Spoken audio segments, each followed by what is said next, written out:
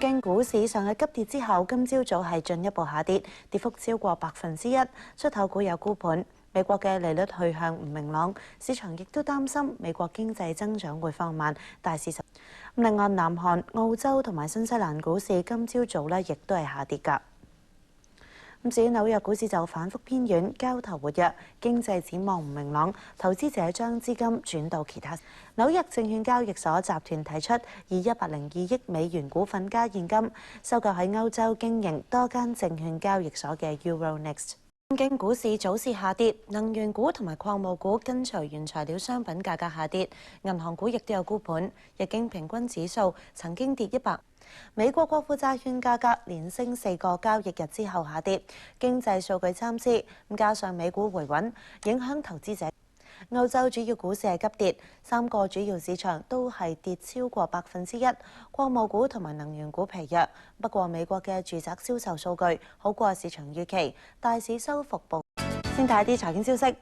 東京股市早市上升，日經平均指數重上16000點，係1個月以嚟嘅第一次。上個星期五美股上升，加上日元下跌，美國今個星期會公布就業統計同埋其他經濟數據，聯邦儲備局亦都會公布上次嘅議息記錄，都係市場注視嘅焦點。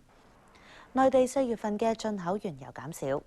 內地海關公布4月份進口原油有1203萬噸，較舊年同期下降1.8%，而累計今年頭4個月就增加大約7%。石油業人士預期油價會持續高企，有投資銀行甚至認為石油供應一旦受到重大干擾，油價可能會升破每桶100美元。有報道話，英國流動電訊服務商 Vodafone 今個星期會公布減省成本嘅計劃，可能會包括全球裁減6000個職位。先睇啲財經消息。紐約股市連續第2日急升，道瓊斯工業平均指數重上11000點水平，係1個幾星期以嚟嘅第一次。納斯達克指數錄得2年幾以嚟最大單日。歐洲主要股市急升，受到礦務股同埋紐約股市早段上升所支持，3個主要指數都升超過。宏富產業信託對前景仍然有信心，計劃收購資產擴大規模。美國今個星期會公布多項經濟數據，對近期嘅通貨膨脹。先睇啲財經消息。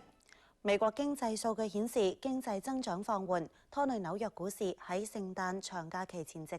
Vodafone 證實有意收購和黃旗下印度合營電訊公司嘅控制性股權。由周志峰報導。先睇啲財經消息。